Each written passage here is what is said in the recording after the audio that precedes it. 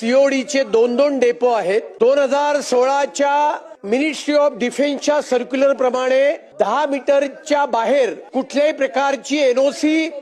प्रकारची एनओसी त्या ठिकाणी घ्यावी लागत नाही. मुंबई महानगरपालिकेने 1 वर्षापूर्वी या संदर्भात मिनिस्ट्री ऑफ डिफेन्सला स्पष्ट कळवलं, कुठल्याही कामांना आम्ही स्थगिती देणार नाही हे अधिकृतरित्या कळवलं. केवळ इन डेफरन्स टू द आर्मी आम्ही नवीन कामांना परवानगी देणार नाही असं आपल्या विधानसभा निवडणुकीच्या आधी महानगरपालिकेने तोंडी त्यांना सांगितलं होतं. आज 1 वर्ष होऊन गेलं, नवीन सर्क्युलर आलेलं नाहीये. 2016च्या सर्क्युलर प्रमाणे आम्ही काम करू असं राज्य सरकारने सर्वोच्च न्यायालयामध्ये ऍफिडेव्हिट केलेला आहे. परवाच सर्वोच्च न्यायालयाचा या संदर्भातला एक निर्णय आला. तो निर्णयाने हेच सांगितलं 2016चं सर्क्युलर एमओडीचं हेच राज्य सरकारला लागू आहे. त्यामुळे माझी आपल्या माध्यमातून राज्य सरकारला विनंती आहे की ओरल ऑर्डरवर नवीन बांधकामांना जी परमिशन थांबवली होती ती तात्काळ उठवावी आणि सीओडीच्या संदर्भातल्या इमारतींचा विकास हा मोकळा करावा. कारण माझ्याही मतदारसंघामध्ये हे बोर्ड लागलेले आहेत, नो रिडेव्हलपमेंट, नो व्होटिंग.